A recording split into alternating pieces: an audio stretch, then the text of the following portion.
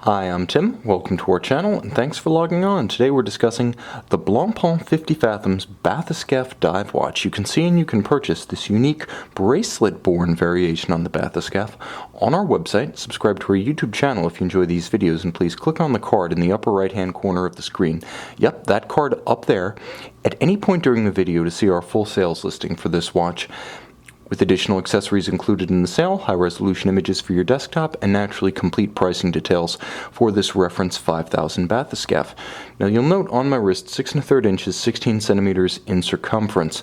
The watch wears much more compact than the traditional reference 50 Fathoms, the one that's been around since 2007. This watch debuted at Bezel World 2013, and it was always designed to be a more discreet, more purposeful dive watch, not necessarily the flamboyant Cadillac diver of the 2007 50 Fathoms. This one's a little bit more stripped down, perhaps for the dive watch purist. Now you'll note 43 millimeters across the round of the case compared to the 45 of the standard 50 Fathoms. That's not inclusive of the crown. It is quite slim, only 13 millimeters thick. It actually looks thicker than it is, and it easily slides underneath even fairly tight dress cuffs and formal sleeves. Now from lug to lug, there are two ways to measure this. Throw it on a NATO strap, and Blancpain makes a beautiful one, and you'll measure from lug to lug. The watch is a very reasonable 50 millimeters. Now the rigidmost outcropping of the bracelet, the reference 70 bracelet, you can see does flare a bit beyond the lug ends, creating a horizontal distance across the wrist of a still manageable 52.5 millimeters. Now, the bracelet is a very special piece. I will say that you hardly ever see a Bathyscaphe on a bracelet, so I have to be honest, this being the first example I've ever encountered, I did not know what a Bathyscaphe's bracelet looked like. And you can see it's designed to be a little bit more open than the X71 on the traditional 50 Fathoms. Definitely a airier, lighter, more modernist aesthetic. Like the Bathyscaphe itself, it uses satin finish to good advantage. Satin finish removing the blinding polished glare of the traditional reference 50 Fathoms, in addition to removing the polished glare of the high polish X71 bracelet. It also removes a lot of the visible mass of the bracelet, creating channels and gaps that are not only superb for venting the wrist on a hot day. You can see just how beautifully channeled it is on the bottom.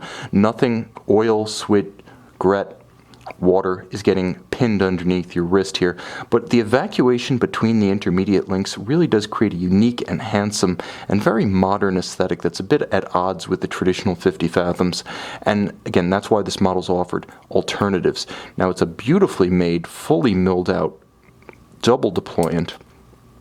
Close it in any order. It's not sensitive to closing order. Twin trigger released. Very impressive, very, very solid. But you will note that there is no dive extension built in. Now, 50 Fathoms never disappoint in terms of fit and finish, but the Bathyscaphe has a little bit of a cool austerity to it that you don't see in the traditional 50 Fathoms. The case gets a lot of mileage out of character lines and fastening, and you can see the taper of the bevel along the case flank. Minimal knurling to the bezel.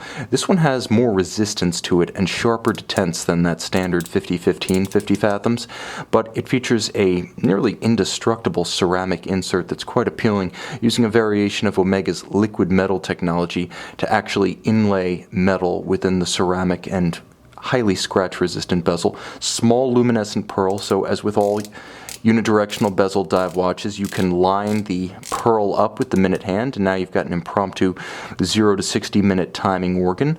The dial, a brilliant sunburst, sort of, I suppose IWC would call this ardoise, I would call it anthracite. It has a very strong directional grain that reacts sharply with the light of my light box and explosively with direct sunlight. Hands and indices, beautifully luminescent, easy to view at night, all in polished white gold, quite attractive. And the caliber 1315 never disappoints. Blancpain really does go above and beyond with the finish of these dive watch movements, because for a utilitarian watch class, and frankly one in which there competing against a much lower echelon of movement finish, even in the relatively high five-figure dive watch range. The anglage on these bridges is among the best I've seen. It's big, fat, rounded, and mirror polished. All of the jewel sinks are equally gorgeous. There's a wonderful dressage or graining across the bridges. It's not a traditional finish, there's no Côte de Genève, but the same level of attention to detail is lavished on the edge of the rotor, which is a beautiful blackened 18-karat gold mass. Now, the movement itself, 35 joules, 4 Hz modern beat rate. It does feature hacking, so you pull the crown, you stop the balance, you can synchronize it to a reference time, and there is a quick set for the date mechanism. It is a very precise timepiece. 3 mainspring barrels ensure even release of torque across its entire 120-hour power reserve, and in case you're wondering, 108 turns to fully wind it manually, but you shouldn't need that with an efficient winding system and a large winding mass. The watch is a technical and aesthetic marvel, inside and out, and the inside is largely due to that spectacular movement. Free-sprung, it's very resistant to shock-induced timing deviations, and with a silicone hairspring, it's also resistant to magnetism. With 300-meter water resistance, this is your full-service luxury watch. For formal and casual attire, for a bathing suit or business suit. See it and buy it on our website.